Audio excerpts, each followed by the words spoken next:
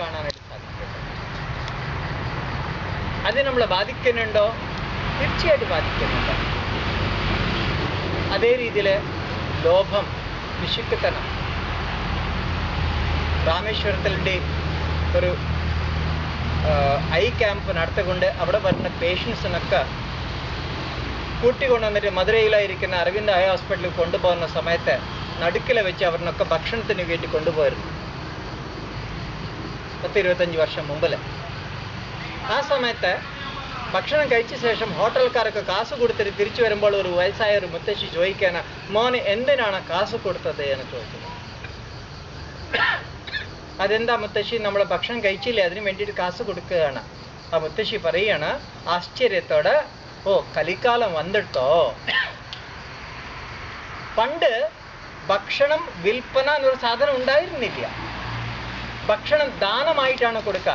ഇപ്പോൾ നമ്മൾക്ക് വിശപ്പാണ്, ഏതെങ്കിലും ഒരു വീട്ടിലേക്ക് മുമ്പിൽ പോയിട്ട് അമ്മ എനിക്ക് വിശക്കുന്നുണ്ട്, ഭക്ഷണം വേണം പറഞ്ഞു കഴിഞ്ഞാൽ അതിഥി ദേവോഭവ എന്ന് പറഞ്ഞുകൊണ്ട് നമ്മൾ ഭക്ഷണം കൊടുക്കാമായിരുന്നു. അന്നത്തെ ഒരു സംസ്കാരം ഇപ്പം ഇല്ലാണ്ടായിട്ടാണ് വന്നിരിക്കുന്നത്. ഇപ്പോൾ ഓരോ കാലത്തിൽ നോക്കുമ്പോൾ, ഓരോ വിഷയത്തിൽ നോക്കുമ്പോൾ നമ്മൾ എവിടെയോ പോവുകയാണ്. ആ പോകുന്ന ഓട്ടം എവിടേക്കാണോ, എതിനു വേണ്ടിയിട്ടാണോ നമ്മൾക്ക് അറിയാത്ത അവസ്ഥയ്ക്ക്. അതുകൊണ്ടാണ് ഈ പിശുക്കുത്തനം കൂടി നമ്മൾക്ക് ബുദ്ധിമുട്ടുണ്ടാക്കുന്നത്. കാമം, ക്രോധം, ലോഭം. 4ാമത്തെ സ്റ്റെപ്പാണ് മോഹം എന്ന് പറയുന്നത്, അറ്റാച്ച്മെന്റ്. നമ്മൾക്ക് അറ്റാച്ച്മെന്റ് ഇരിക്കുന്നത് വ്യക്തികളോട് കൂടെ ഇല്ല. അറിഞ്ഞിട്ടോ അറിയാത്തോ നമ്മൾ പോയിക്കൊണ്ടിരിക്കുന്ന ഒരു ലോകത്തിലേക്ക്.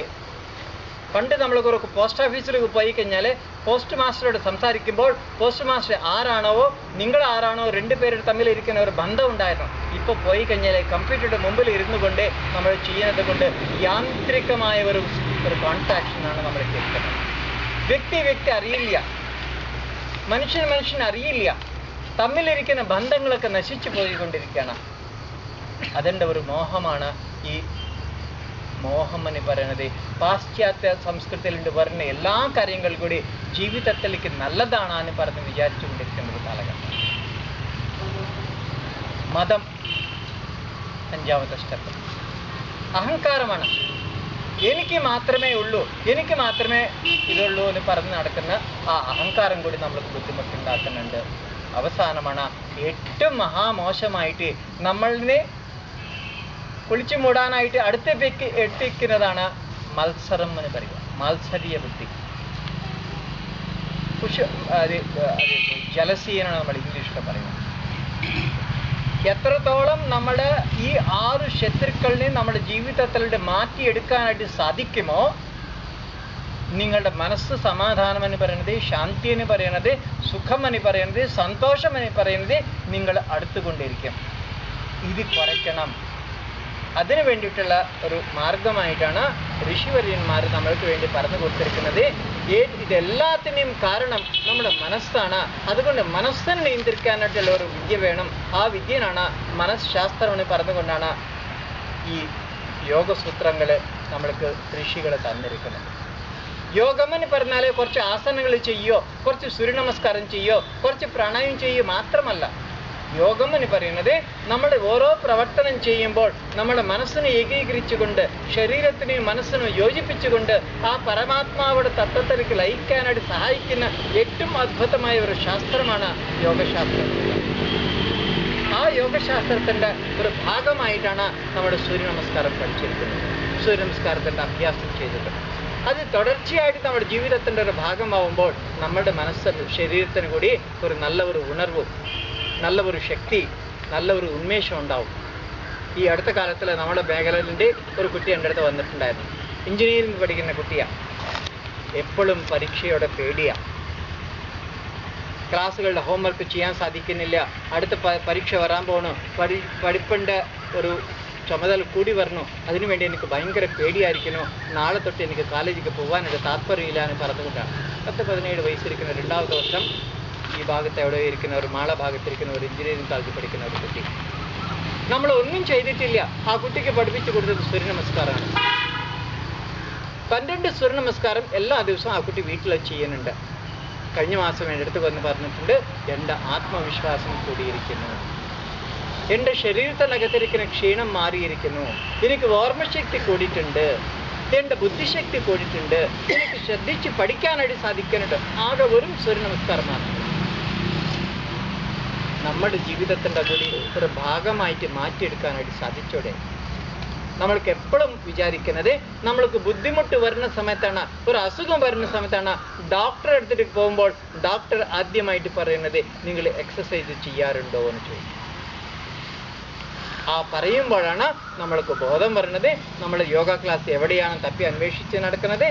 യോഗ കൂടി ഒരു കച്ചവടമായിട്ട് മാറിയിരിക്കുന്ന ഒരു കാലഘട്ടം കൂടിയാണ്.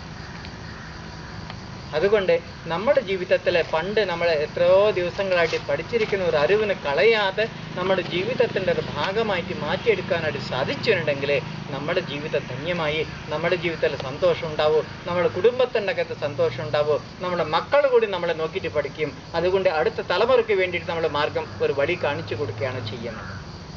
ആ രീതിയിൽ സൂര്യ നമസ്കാരം നമ്മുടെ ജീവിതത്തിൻ്റെ ഒരു ഭാഗമായിട്ട് മാറ്റാനായിട്ട് സാധിച്ചിട്ടുണ്ടെങ്കിൽ ഏറ്റവും അത്ഭുതമാണ്. നമ്മുടെ അസുഖത്തിനെ പതുക്കെ മാറ്റി നിർത്താനായിട്ടുള്ള prevention is better than cure എന്ന് പറയാം. അസുഖം വന്ന ശേഷം ഒന്നും ചെയ്യാൻ സാധിക്കില്ല, അസുഖം വരാതെ തന്നെ നമ്മൾക്ക് നോക്കാനായിട്ട് സാധിക്കും. അതുകൊണ്ട് യോഗം എന്ന് പറയുമ്പോൾ നമസ്കാരമോ ആസനങ്ങൾ മാത്രമല്ല, ഒരു ചിട്ടയോടെ ജീവിതം ജീവിക്കുന്ന ഒരു രീതിയാണ് യോഗമയമായ ജീവിതം എന്ന് പറയാം.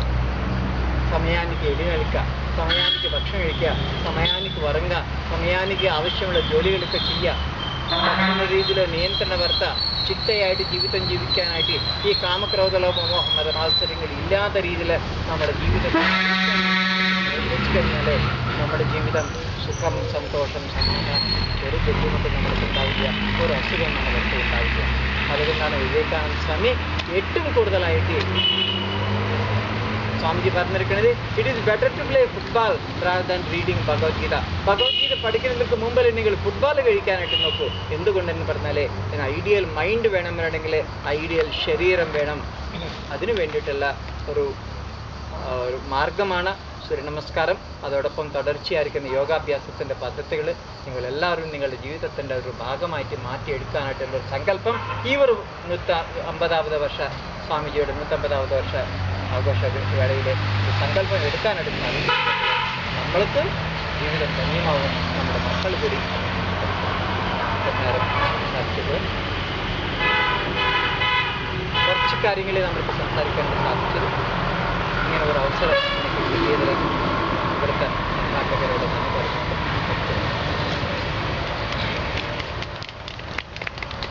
നന്ദി പറയാൻ ശ്രീ അജയനെ ക്ഷണിച്ചു.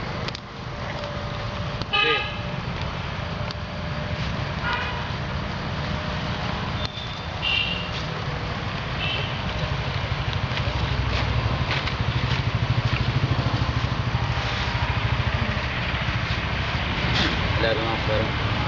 നമ്മുടെ ഈ വിവേകാനന്ദ ജയന്തി സർവസതി സമിതിയുടെ ഈ വിവേക സൂര്യനമസ്കാര പരിപാടിയിൽ അധ്യക്ഷപദം അലങ്കരിച്ച സ്കന്ദേട്ടന് ജ്യോതിന്ദ്രനാഥിന് ആദ്യമായി നന്ദി രേഖപ്പെടുത്തുന്നു.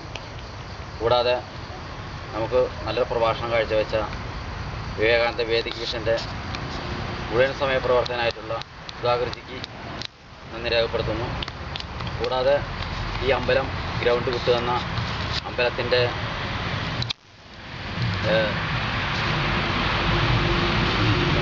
ഭാരവാഹികൾക്കും നന്ദി രേഖപ്പെടുത്തുന്നു. കൂടാതെ ഇതിനുവേണ്ടി ഗ്രൗണ്ട് നിരപ്പാക്കി സഹായിച്ച ചന്ദ്രപ്പനും, കൂടാതെ ഇതിൽ പങ്കെടുത്ത അമ്മമാർക്കും അനുഭാവികൾക്കും സഹോദരന്മാർക്കും നന്ദി. നമസ്കാരം. ശാന്തി മന്ത്രമുണ്ട്.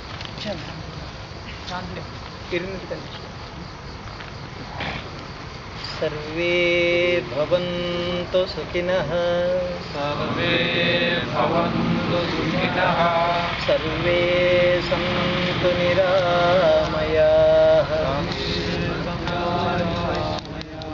സർവേ ഭദ്രാണി പശ്യന്തു, സർവേ ഭദ്രാണി പശ്യന്തു, മാ കശ്ചിത് ദുഃഖഭാഗ് ഭവേത്, മാ കശ്ചിത് ദുഃഖഭാഗ് ഭവേത്. ഓം ശാന്തി ശാന്തി ശാന്തി.